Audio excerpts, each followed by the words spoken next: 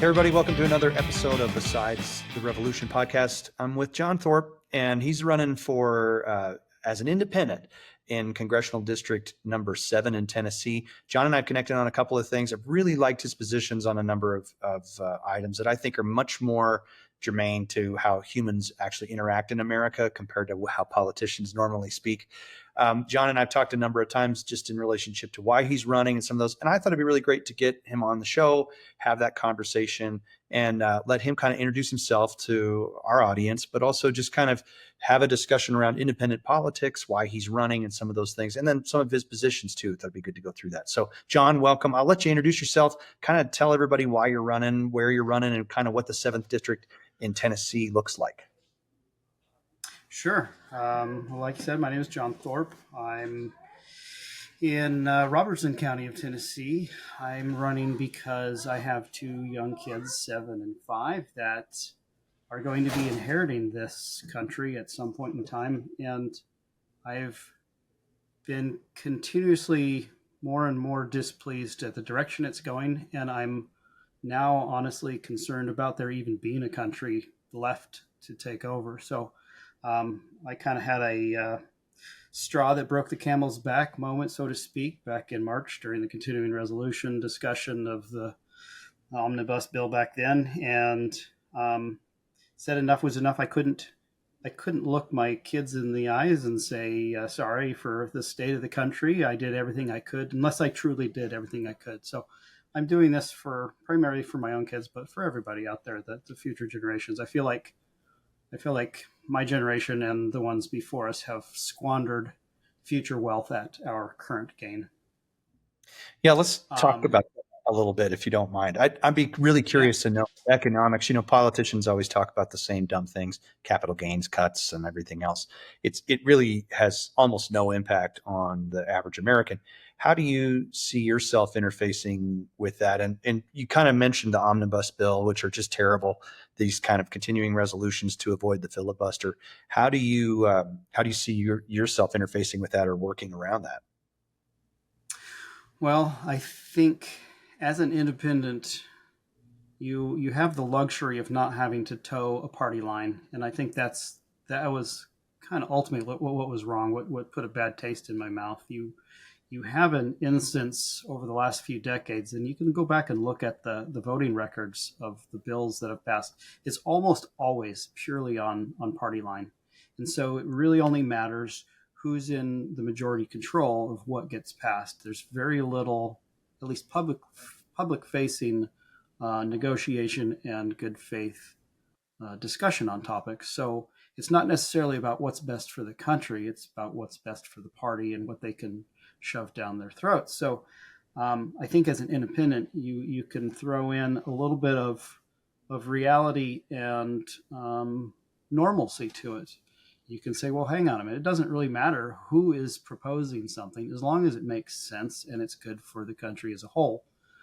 Then let's talk about it. And if it's purely on partisan lines, then you can do the opposite and you can put some brakes on it and have a discussion about whether or not it's truly needed and whether it's going to be helpful or harmful, specifically with the economy.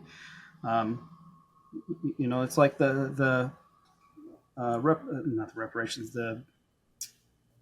My mind just went blank. They just passed the Doge cuts.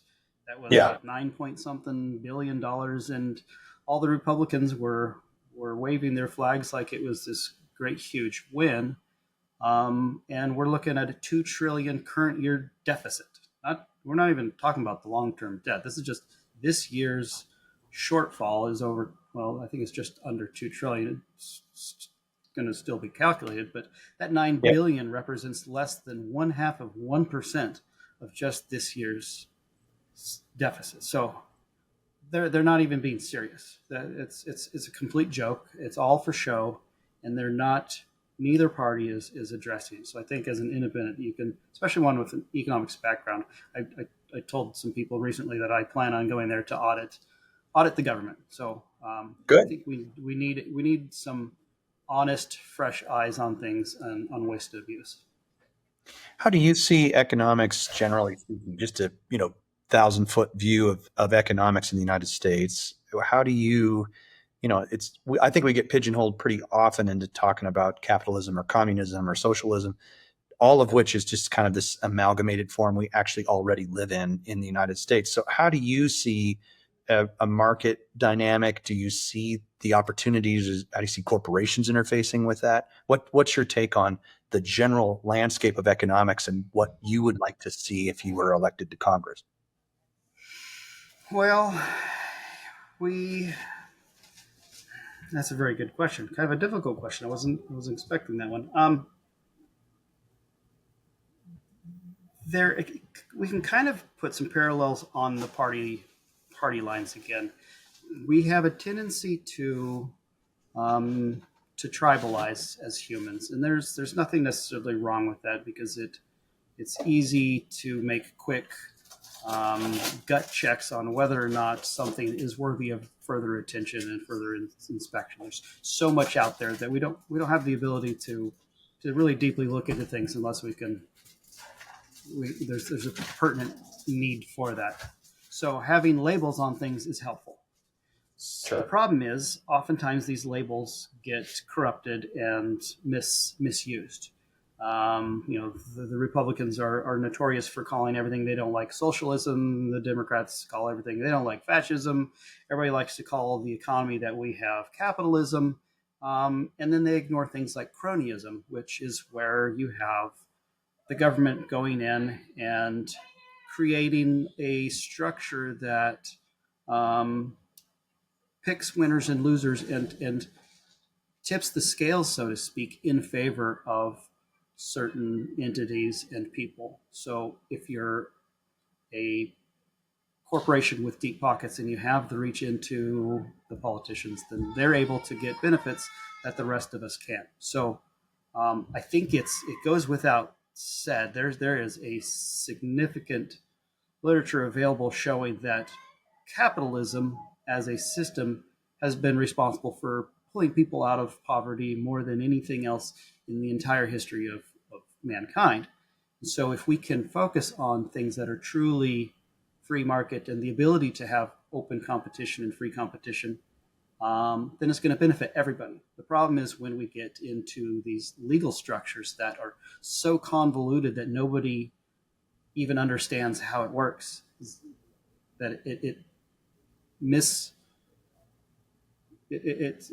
things up to the point where it no longer is efficient and it's no longer competitive. Right. Yeah. And I'm curious, I think a lot of times we have, as people have kind of come from the Republican side of the world, we automatically defend the corporation, because they're capitalist. But they've done more damage, over the course of our country than I think, at least over the last 50 years, than we ever give it credit for. I mean, they shouldn't be defensible when they do wrong things. How do you see the government's role in restraint in relationship to sort of, the Teddy Roosevelt version of capitalism, which is that there's this idea that we belong, the government belongs in a role. We want people to be successful. We want people to be doing good things. But this idea that, an Amazon can just go run rampant and shut down Main Street. Is there a role for government in that? And how do you see that? Yes, and I think it's interesting. I think we can draw those same parallels again with labels. Simply because something is a corporation doesn't make it bad.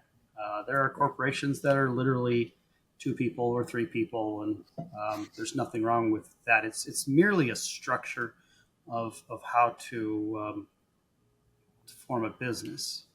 The problem comes when it becomes embedded with government.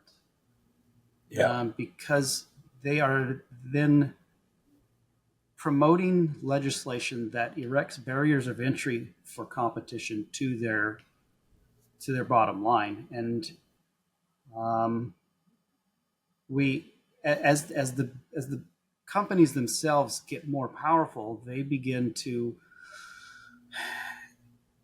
elicit more support and more influence on the government to the point where, you mentioned Amazon. They had, I don't remember how many years ago, they were looking for their H2, their second headquarters, and they elicited bids from a bunch of different cities all over the U.S. and they were bending over backwards to offer all these massive subsidies and tax breaks. And um, you know, what happens is, and I get it, the idea is that they want to encourage these businesses to come to their area in order to spur economic growth.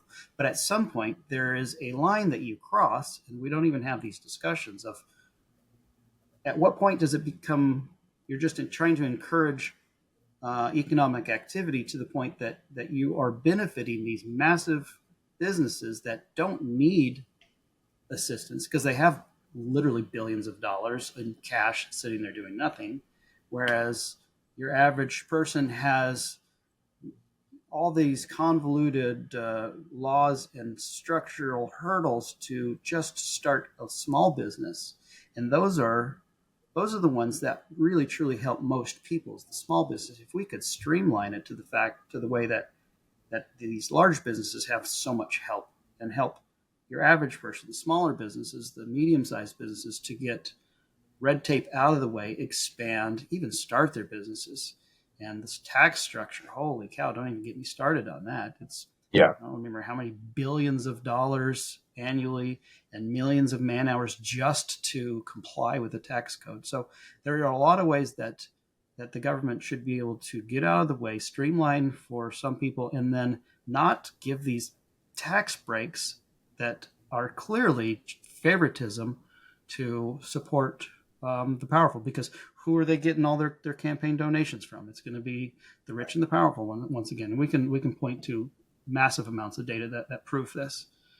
So I would argue that there's a little bit of reform across the board. There's campaign finance reform, there's economic reform, there's structure reform for the tax code. There's sky's the limit, and nobody's talking about it because they can't get reelected if they start holding accountable the people that are filling the trough.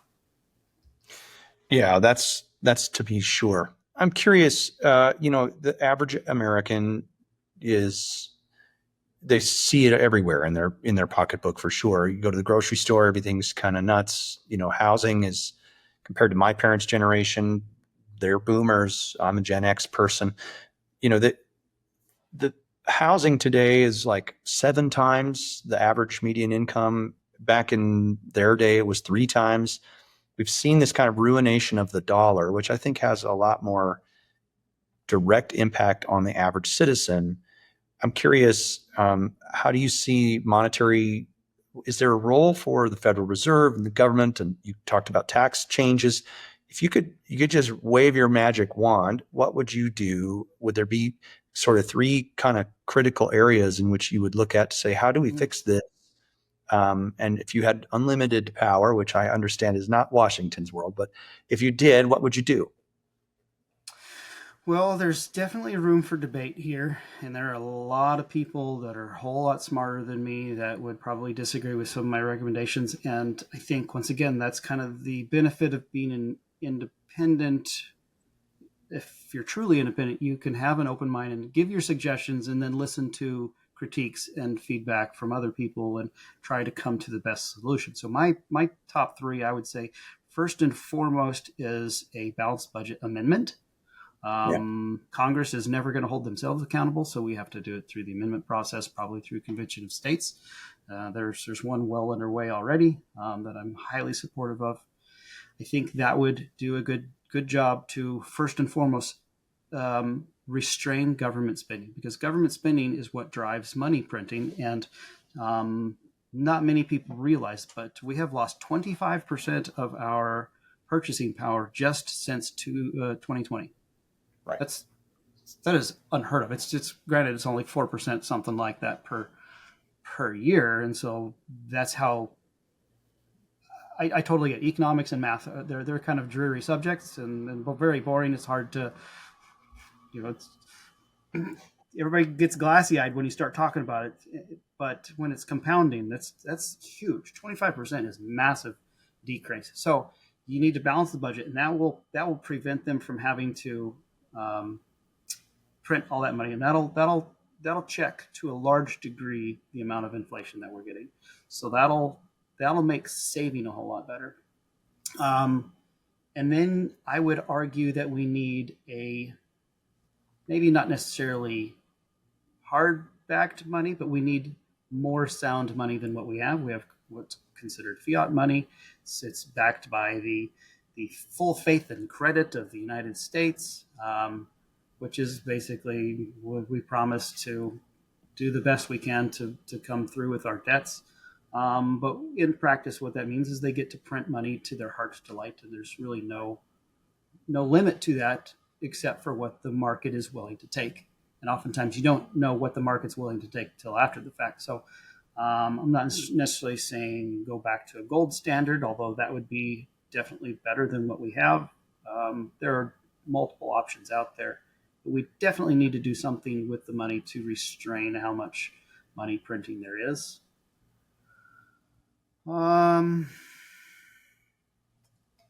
Boy, number three. I think those two alone, to be honest, would do so much to fix that we would see a massive, massive increase in economic activity on that. Yeah, those are two huge. I mean, those are just two huge steps. I think the average person feels like they're very out of touch. One of the lines that government's very out of touch. One of the lines that I like is no matter who you vote for, the process will dictate that nothing's going to change. Mm-hmm. And you see that a lot in Washington. I think that's a frustration that most people have. We just went through an election in which we saw some pretty great folks that we thought might be able to do good work between RFK Jr. or Tulsi Gabbard, Donald Trump, whoever it was, kind of all on board in this coalition of people. And then you get 6 months in and you realize, like, gosh, if he gets 10 to 20% of the stuff done that he wants to get done, that would be a massive change in the United States. The bureaucracy is overwhelming, and it's overwhelming all of those people's ability to work. How, as a congressman, would you address the bureaucracy?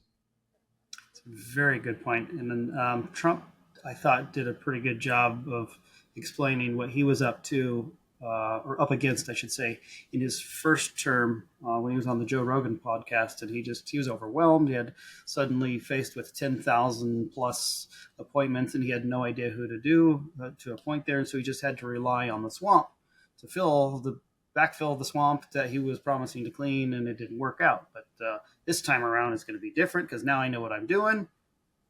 Let's see what we got. Obviously, I'm not supportive of that. I think he's failed pretty well. There are a couple good ones, like you said, RFK and Tulsi seem to be doing pretty well. But I would say I am a supporter of term limits for Congress.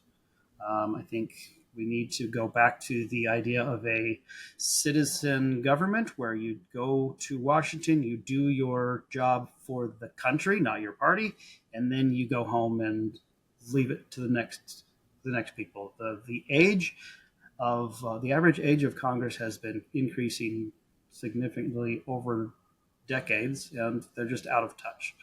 But that's only part of it. If you merely restrain and limit Congress, then you basically put emphasis on the staff and the bureaucracy that's unelected.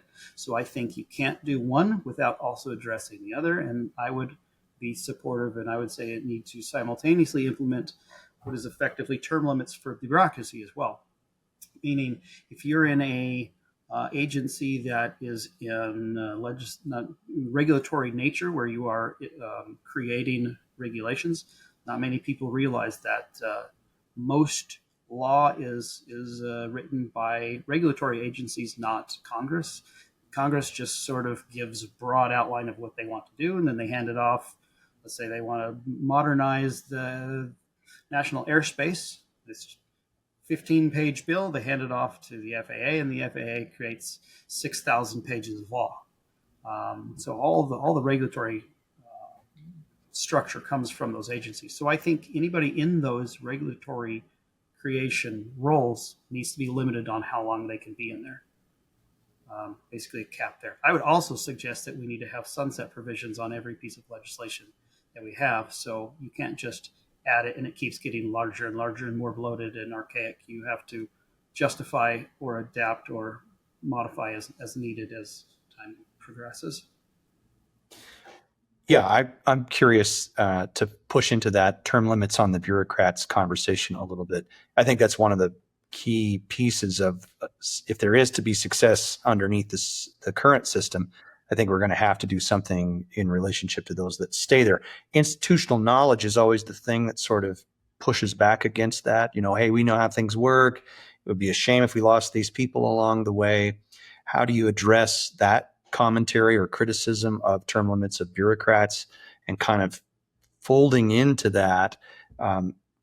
People have this sense that once you go to Washington, it just is this kind of ever increasing, ever upward world in which you're trying to always just, you get a new raise next year, you get a new thing next year. How do you address both sort of this institutional embeddedness and then with that kind of attitude, but also while they're there, but then also, in the meantime, working towards getting this other aspect done of term limits with them? How do you overcome that argument about institutional knowledge? Well, I think the institutional knowledge question, and I get that fairly frequently, is a little bit of a cop out, to be honest.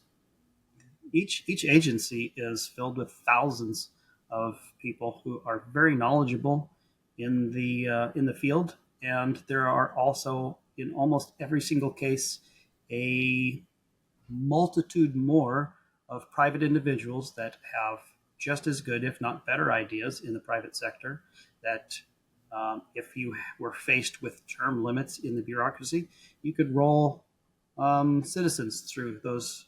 Your average person. It's the same thing as I would recommend that we see in Congress. You could see the same thing in industry, and you would then have the effect that you're getting current experts in the field roll through. You're going to be limited, so not everybody. You're not going to be able to make changes that are long-lasting and affecting specific companies or interests.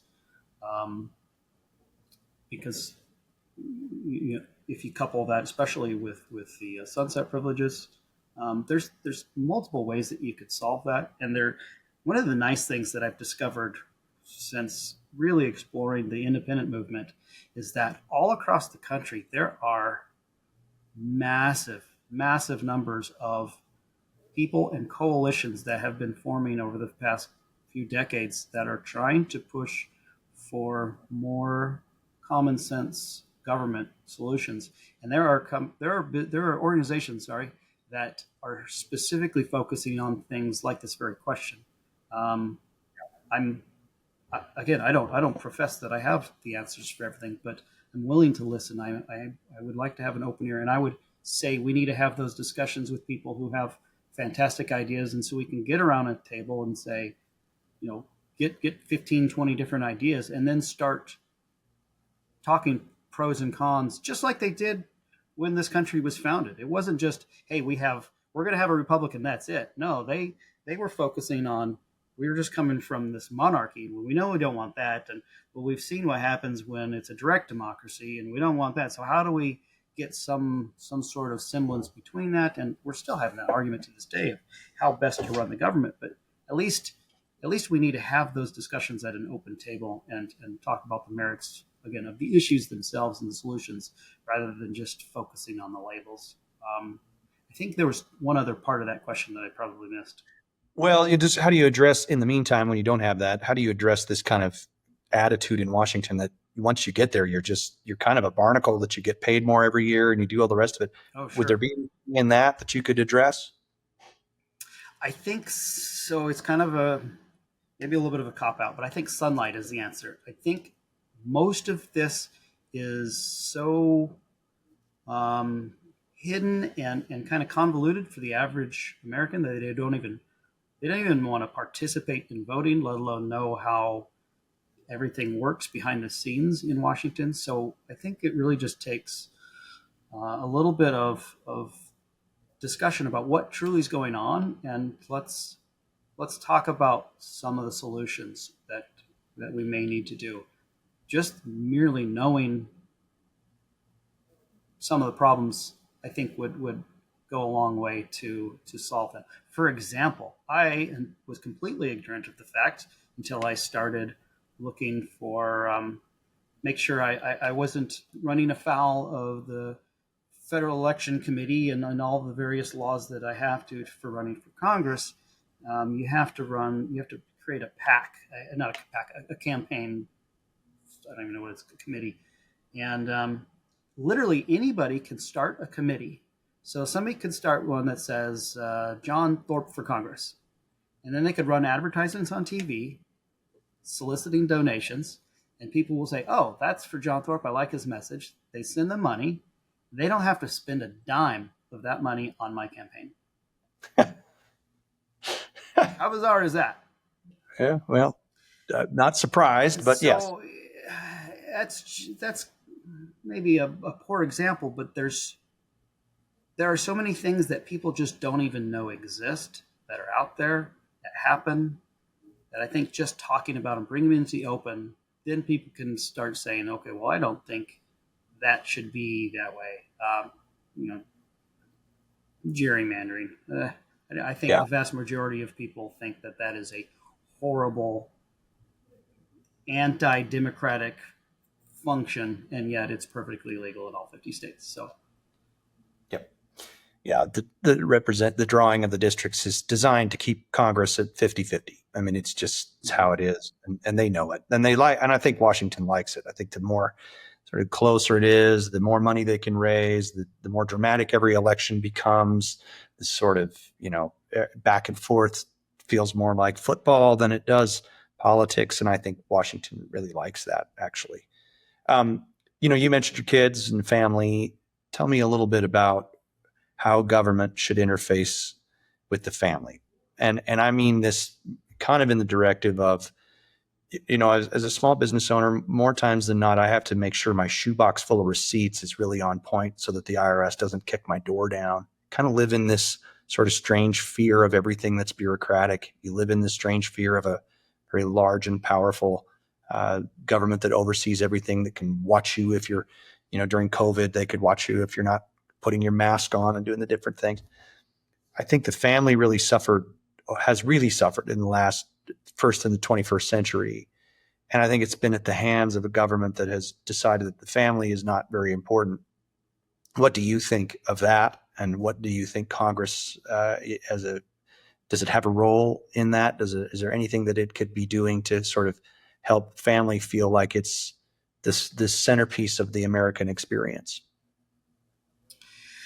Yeah, I think there has been an unintended consequence of creating legislation that has had the effect of discouraging, maybe not discouraging, but there's a disincentive for the typical family structure and small business and kind of pulling yourself up by your bootstraps type of thing.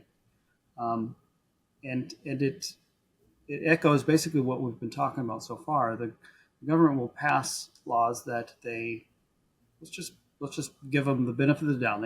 They truly think it's going to be beneficial for the people, but they're putting it on top of legislation that's been there for a couple hundred years in many cases, and they'll overwrite certain sections, but nothing ever expires for the most part. Right. And so it just keeps getting bigger and more complex. And there was a famous case of, I can't remember who did it.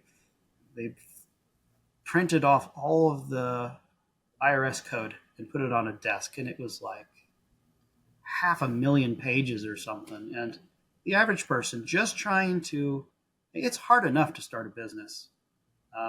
I've admittedly tried and failed on a couple times, but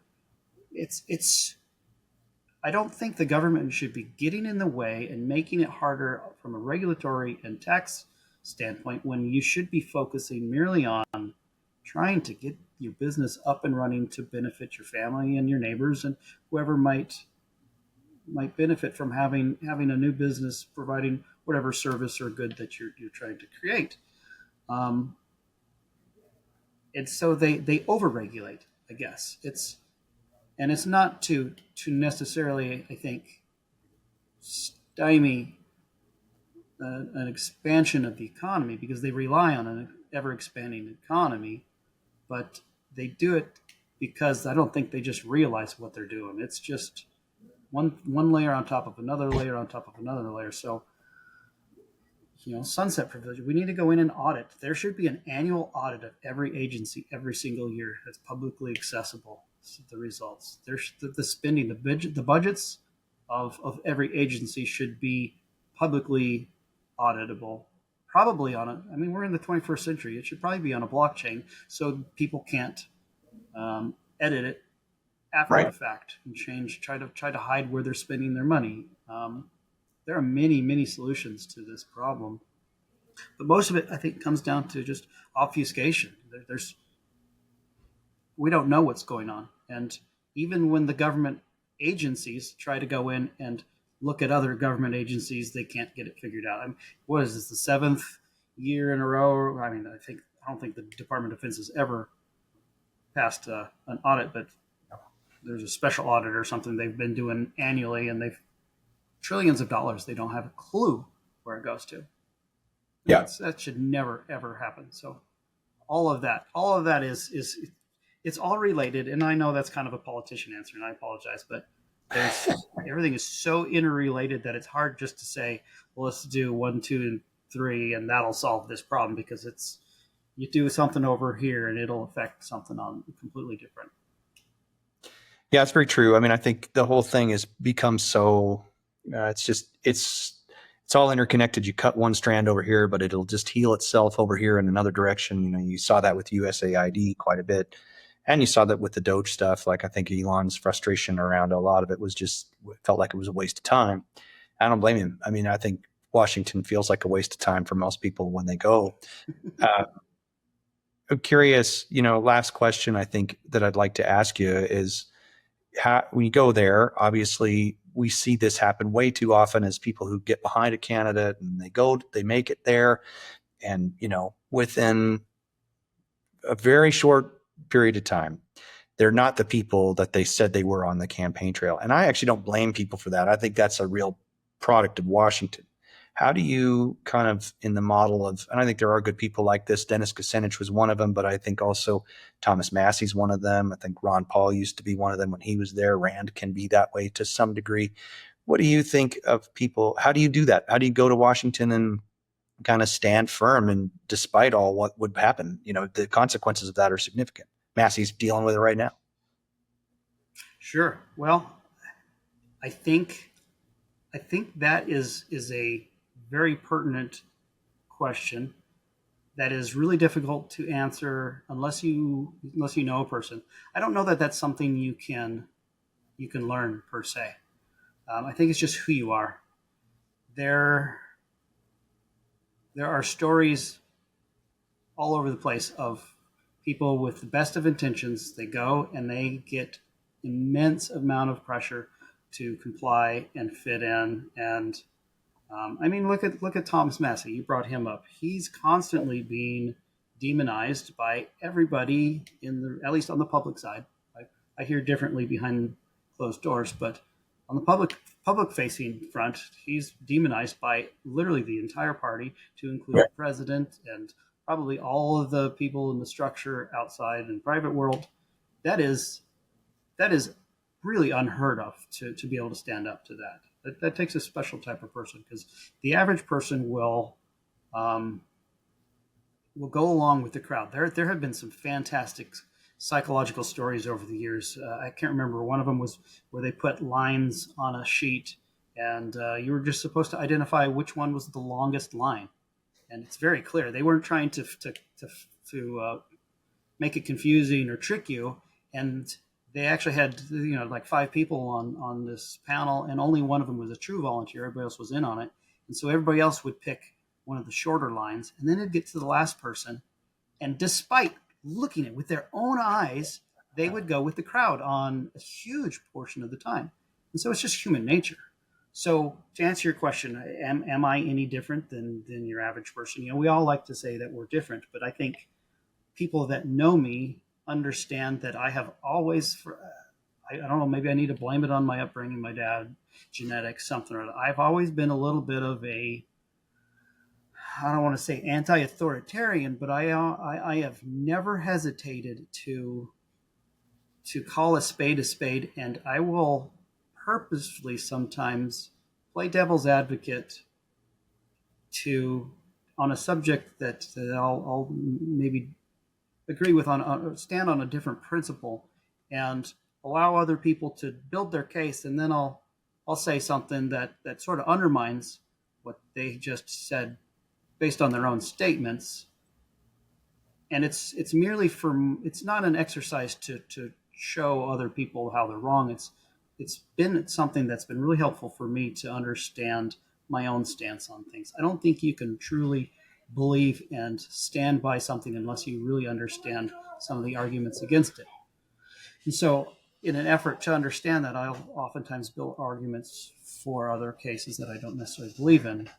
And so, my entire, starting in school when I was trying to advocate for myself against the school board and the principal, to my military career when I was, to put it fairly, I was a little bit of a black sheep because I wasn't towing the line and my career suffered for it. So this would merely be another step in a logical direction that I've been doing my entire life.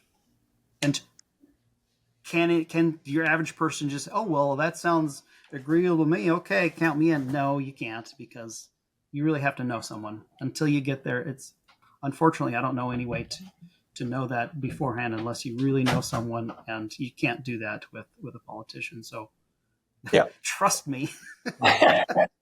Well, I think your answers, if people follow you on X and see some of the answers to the things that you're putting some commentary to, I think you do stand out independently from just sort of toe the lines crowd. And I think that's really appreciated. I think you're trying to run, uphill. Independent candidates have a hard time in the United States. There's a reason they like that system as it sits. So how can people, if they find you compelling and do stuff, how can they get involved with your campaign? What's the best and easiest way to get a hold of you? Or, active on X, you say, but where else can people follow along and see how things are going? Sure. Before I provide that vital detail, let me just say, at the last election, 43% of those who voted self-identified as independent. Yes. So that outnumbers both Republicans and Democrats. So it's not an unforeseen thing. It's not unforeseen. It's not a impossibility. Independents are the majority. We're the largest party. I'm going to use air quotes on that, but don't let the fear mongering of the major parties, the duopoly, so to speak, let that affect your decisions. There's something like 80% of the population doesn't even go out to bother to vote because they don't feel represented.